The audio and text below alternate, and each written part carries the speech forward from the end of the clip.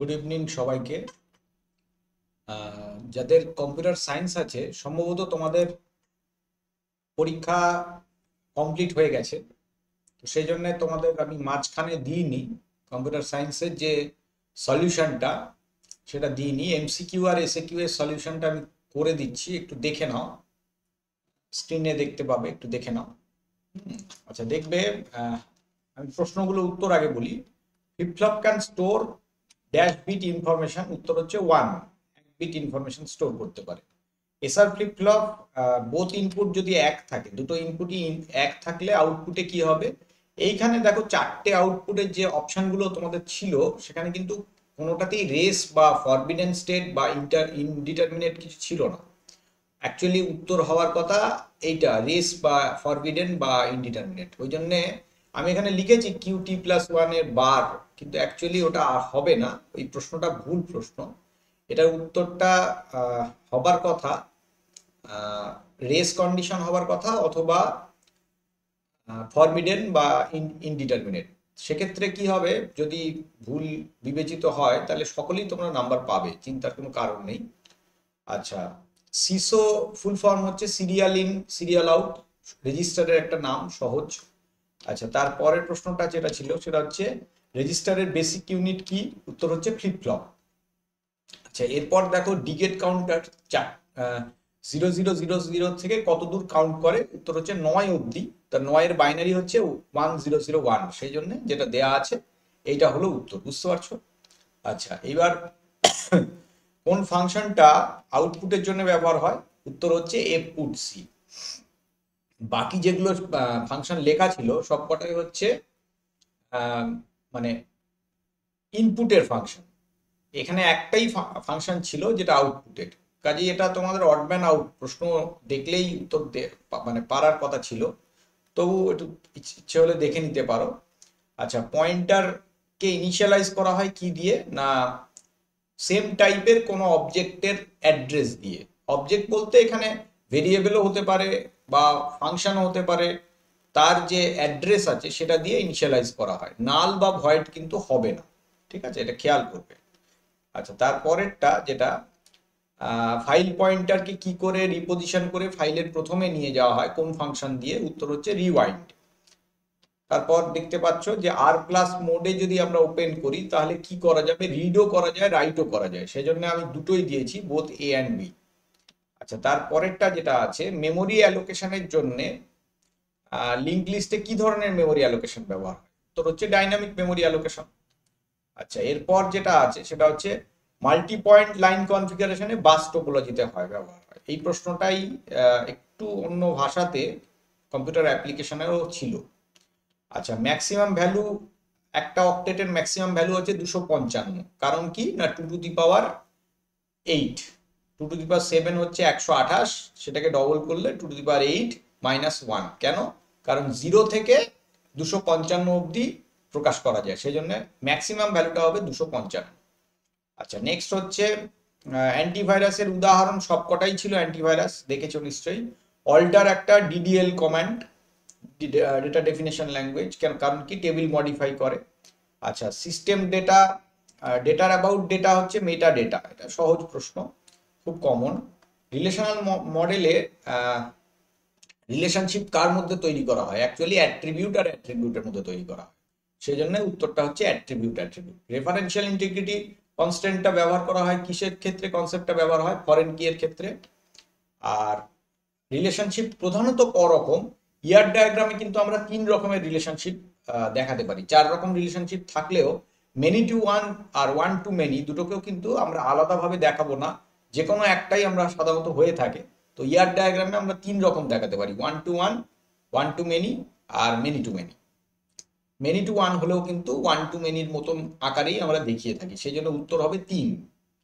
আচ্ছা, তারপরে যদিও 4 বলে কোনো অপশন ছিল না, কাজেই তোমাদের কাছে প্রশ্নটা সোজা হওয়ার কথা। আচ্ছা, ডেটাবেসের অ্যাক্সেস মানে সাধারণ রেকর্ডগুলোকে পাওয়ার জন্য কি ব্যবহার করা হয়? কুয়েরি ব্যবহার করা হয়। তারপরেরটা হচ্ছে এই ক্রস সিম্বল দিয়ে কি কাজ করা হয়? কার্টেসিয়ান প্রোডাক্ট, এটাও সহজ প্রশ্ন। আর C++ এর ক্লাসের মধ্যে মেম্বার মানে ফাংশনকে কি বলে? Member function. এমসিকিউ বেশিরভাগই সোজা ছিল এবং প্রায় কমনও বলা যায়, দু একটা সামান্য একটু এদিক ওদিক। এসএ কিউ গুলো একটু আনকমন আছে, বলে দিচ্ছি যেগুলো দু একটা আনকমন। তো এবার আমরা এমসিকিউ থেকে চলে যাব এসএ কিউতে। তো দেখো এসএ কিউ ক্ষেত্রে কি কি ছিল, দুটো রিং কাউন্টারের নাম বলতে বলেছে, একটা সিম্পল রিং কাউন্টার আর একটা কি সুইচ টেল রিং কাউন্টার বা জনসন কাউন্টার যেটাকে বলে। আচ্ছা, truth table of basic latch, এটা তো বলার প্রয়োজন নেই, নিশ্চয়ই পারবে। বেসিক ল্যাচের মানে ন্যান্ড দিয়েও করতে পারো, নর দিয়েও করতে পারো। এসআর ফ্লিপ ফ্লপের ডিসঅ্যাডভান্টেজ হচ্ছে রেস কন্ডিশন, জানো নিশ্চয়ই। আচ্ছা, ডিকেট কাউন্টার হচ্ছে 0 থেকে 9 যেটা কাউন্ট করে, মড 10 যেটা, ওটাকে ডিকেট কাউন্টার বলে থাকি আমরা। আর টি ফ্লিপ ফ্লপের ছবি আঁকতে বলেছে এসআর ফ্লিপ ফ্লপ দিয়ে। এই প্রশ্নটা একটু আনকমন, তবুও তোমাদের সিলেবাসের মধ্যেই আছে, কাজেই এই প্রশ্নটা যদি একটু প্র্যাকটিস করে থাকো, একটা ফ্লিপ ফ্লপ দিয়ে আর একটা ফ্লিপ ফ্লপ তৈরি করা, ডিজাইন করা, তাহলে পারবে। এক্সাইটেশন টেবিল আর ওই টেবিলগুলো লাগবে এক্ষেত্রে, তাছাড়া কিন্তু ডিজাইন করা যাবে না। হ্যাঁ, তো এটা 1 নম্বরের প্রশ্ন হিসেবে একটু কঠিন হবে বলবো। আচ্ছা, এর পরের প্রশ্নটা, এই যে 2 ডাইমেনশনাল অ্যারের প্রশ্নটা আছে, এই প্রশ্নটা একটু প্রশ্নটা বাজে, প্রশ্নটা একটু মানে খানিকটা ভুলও বলা যেতে পারে। উত্তর ভুল সেইভাবে বলবো না। এখানে বলেছে ভ্যালু কত হবে এই ভ্যালুটার, ঠিক আছে? এটা আমি একটু দেখাই, একটু করে দেখাই, না করলে তোমরা বুঝতে পারবে না। দেখো এরকম একটা অ্যারে আছে, ধরে নাও এটা একটা অ্যারে, ঠিক আছে? তো এই অ্যারেতে দেখো, খেয়াল করো যে পজিশনগুলো আমি লিখে দিয়েছি নিচের দিক থেকে। প্রথমটা 1 যেখানে আছে সেটা কোথায় আছে, 0 0-তে। আচ্ছা, 2 কোথায় আছে, 0 1-এ। দেখো প্রত্যেকটা আমি লিখে দিয়েছি। এইভাবে যদি আমরা কাউন্ট করি তাহলে 5 যেটা আছে সেটা কোন পজিশনে আছে না, A11-এ। এবং সেটাকে যদি আমরা পয়েন্টার নোটেশন দিয়ে প্রকাশ করতে যাই তাহলে আমাদের এরকম লিখতে হবে, স্টার স্টার A+1, তারপর প্লাস ব্র্যাকেট ক্লোজ করে +1, এইভাবে লিখতে হবে। তার মানে যে দুটো ডাইমেনশন আছে সেই দুটো ডাইমেনশনকে পয়েন্টারের মাধ্যমে প্রকাশ করলে এইভাবে লিখতে হয়। এবার প্রবলেমটা হলো, তোমাদের যে প্রশ্নটা ছিল, খেয়াল করো তোমাদের প্রশ্নটাতে ছিল একটা 2 একটা 3, কিন্তু দেখো ছবিতে কখনোই 2 মানে 3 পাবে না। ছবিতে দেখো সবচেয়ে বড় যেটা দেয়া আছে সেটা কিন্তু 2 আছে, মানে এদিকেও 0 1 2, ওদিকেও 0 1 2। তার মানে আমরা যদি প্রিন্ট করতে যাই তাহলে আমরা কত দূর প্রিন্ট করতে পারবো না, উত্তর হচ্ছে ব্র্যাকেটের ভেতরে 2 + 2 এই অবধি প্রিন্ট করতে পারবো। 2 + 3 যদি প্রিন্ট করতে যাই তাহলে কিন্তু কোনো ভ্যালু আমি দেখতে পাবো না। তাহলে সেক্ষেত্রে প্রিন্ট করলে কি হবে না, একটা কোনো অ্যাড্রেস প্রিন্ট হবে, মানে এই অ্যারেটারই একদম শেষের দিকে কোনো একটা এক্সট্রা অ্যাড্রেস, সেই অ্যাড্রেসটা প্রিন্ট হবে, মানে অ্যাকচুয়ালি কোনো ভ্যালু কিন্তু ওখান থেকে আমি প্রিন্ট করতে পারবো না। এই জিনিসটা খেয়াল করবে। আচ্ছা, আর হলো আরেকটা প্রশ্ন, মানে এর অল্টারনেটিভটা যেটা ছিল, এই প্রশ্নটা সোজা ছিল, তোমরা যদি একটু মনোযোগ দিয়ে দেখতে তাহলে পারতে। এই প্রশ্নটাতে দেখো খুব একটা কিছু ঝামেলা ছিল না। ফর লুপটা, এটা এফটা ছোট হাতে হবে, ফর লুপটা খেয়াল করো, ফর লুপের কাঠামোটাই গোলমাল ছিল। যেখানে সেমিকোলন হয় ওখানে কমা দেয়া আছে। তার মানে এই প্রোগ্রামটাকে যদি আমরা রান করাই তাহলে কি হবে, সিনট্যাক্স এরর দেখা দেবে। তো এই অরটা তোমাদের পারা উচিত ছিল, ঠিক আছে? একটাতে তাহলে অ্যাড্রেস প্রিন্ট হবে, আরেকটাতে কি হবে, অর তোমার সিনট্যাক্স এরর দেবে, ঠিক আছে? আচ্ছা, এর পরেরটা structure of a node for single link list. এটা তো সহজ, সিঙ্গেল লিঙ্ক লিস্টের একটা স্ট্রাকচার করে দেখাতে হবে, মানে ওই যেটা স্ট্রাক্ট লিঙ্ক বলে দিয়ে আমরা যেরকম করে থাকি ওই রকম একটা করতে হবে। আচ্ছা, ইনফিক্স থেকে যেটা বলেছে যে ইনফিক্স এক্সপ্রেশনটাকে বের করতে বলেছে প্রিফিক্স থেকে। এইটা কিভাবে করে আমি একটু বুঝিয়ে দিই, দেখে না, উত্তরটাও আমি করে দিয়েছি। দেখো এটা কিভাবে করে, দেখো প্রথমে স্ট্যাকের মধ্যে পরপর ডান দিক থেকে লিখে যেতে হয়, মানে যেটা প্রশ্নে আছে সেটাকে ডান দিক থেকে লিখে যেতে হয়। প্রশ্নে কি আছে, এইটা আছে, ঠিক আছে? তো আমরা এটাকে যদি এখানে রাখি সামনে, চোখের সামনে, তাহলে দেখো ডান দিক থেকে যদি আমি প্রসিড করি তাহলে কি পাবো, প্রথমে ডি স্ট্যাকে ঢুকে গেল, সি ঢুকে গেল, বি ঢুকে গেল, এ ঢুকে গেল, এরপর আমি প্লাস পেলাম। যখনই প্লাস পাবো তখন কি করব, লাস্ট দুটো অপারেন্টকে তুলে নেব, তাদের মাঝখানে প্লাস ঢুকিয়ে দেবো, দিয়ে আবার ওই দুটোকে পুশ করে দেবো। তাহলে কি দাঁড়ালো দেখো, সেকেন্ড স্টেপটা তোমরা দেখতে পাচ্ছ, এইখান থেকে সেকেন্ড স্টেপ হচ্ছে এইটা, ঠিক আছে। আচ্ছা নেক্সট, তারপরে স্টেপে কি হবে, আবার আমি আরেকটা অপারেন্ড পেলাম স্টার। তাহলে কি করব, লাস্ট দুটোকে তুলে নেবো। লাস্ট দুটোকে মানে একটা হচ্ছে এ প্লাস বি আর একটা স্টার সি, দুটোকে তুলে নিয়ে মাঝখানে কি দিয়ে দেবো, স্টার। দেখো নেক্সট স্টেপ হচ্ছে দিয়ে আবার পুশ করে দেবো, এইটা হলো আমাদের নেক্সট স্টেপ। এবং লাস্ট ফাইনালি কি হবে, একটা স্ল্যাশ যেহেতু আছে, তো এই একই পদ্ধতিতে গেলে লাস্ট স্টেপে আমরা এইটা পাবো, ঠিক আছে। এই হচ্ছে আমার প্রিফিক্স থেকে ইনফিক্সে কনভার্ট করার পদ্ধতি।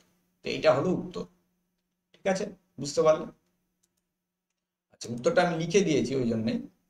আচ্ছা এছাড়া এফ স্ক্যানএফ ফাংশন কি কাজে লাগে, ওই ফাইল থেকে মানে ডেটা রিড করার জন্য ব্যবহার করা হয়, এটা ফাইলের ফাংশন।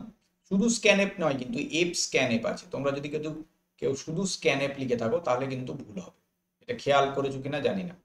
আচ্ছা ওয়ান আর ম্যানের পার্থক্য বলার দরকার নেই, তোমরা পারবে, খুব সহজ।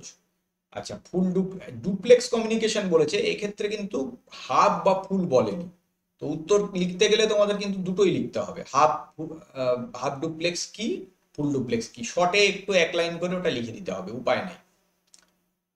নেক্সট হলো এনআইসি হচ্ছে নেটওয়ার্ক ইন্টারফেস কার্ড, এটা তো সহজ প্রশ্ন। আচ্ছা তারপরে ডিএনএস কাকে বলে, ডোমেন নেম সিস্টেম, উদাহরণ একটা দিতে বলেছে। HTTP hyper text transfer protocol. দেখো সেন্টার আর কমেন্ট, সেন্টারের ট্যাগের কাজ হচ্ছে কোনো লেখাকে পেজের মাঝখানে নিয়ে আসে, আর কমেন্ট ট্যাগের কাজ কি, কমেন্টের মধ্যে আমরা যেটা লিখে থাকি এক্সক্লামেটরি সাইন দিয়ে লিখতে হয়, আমরা যেটা লিখে থাকি সেই লেখাটা পেজে আমাকে শো করে না, মানে আমি কোনো মেসেজ যদি লিখে রাখতে চাই তাহলে কমেন্ট ট্যাগের মাধ্যমে লিখে রাখবো। আইএনজি ট্যাগ মানে ইমেজ ট্যাগ, এটা ছবি ইনসার্ট করতে ব্যবহার করে। এসকিউএল কমান্ডের মাধ্যমে স্টুডেন্টের ফোন নাম্বার কলামটাকে অ্যাড করতে বলেছে, খুব সহজ, দেখবে আমার এখানে চ্যানেলে করা আছে, ওই তোমার কি বলে ওটাকে, ওই এসকিউএল এর যে ভিডিওগুলো, প্রথম ভিডিওটাতেই দেখবে এইটা করা আছে। আপডেট বলেছে, স্যালারি আপডেট করতে হবে 5%, এটাও সহজ, শক্ত নয়, দেখবে আমার করা আছে, মানে একটু দেখে নিও। আচ্ছা অ্যাক্সেস স্পেসিফায়ার সি প্লাস প্লাসে হচ্ছে প্রাইভেট, প্রোটেক্টেড আর পাবলিক, এটা হবে, ঠিক আছে। আর পলিমরফিজমটা কাকে বলে, ডবল ওপি তে, মানে অবজেক্ট ওরিয়েন্টেড প্রোগ্রামিং এ, খুব সহজ, তোমরা পারবে সম্ভবত। এছাড়া iostream.h তো খুবই সোজা, সি প্লাস প্লাসের প্রধান হেডার ফাইল, যে ফাইলটা দিয়ে আমরা সি প্লাস প্লাসের প্রোগ্রামগুলোকে রান করাতে পারি, মানে যেরকম সিতে থাকে stdio.h, সেরকমই সি প্লাস প্লাসের ফাইলটার নাম হচ্ছে iostream.h, ঠিক আছে, বুঝতে পারলে।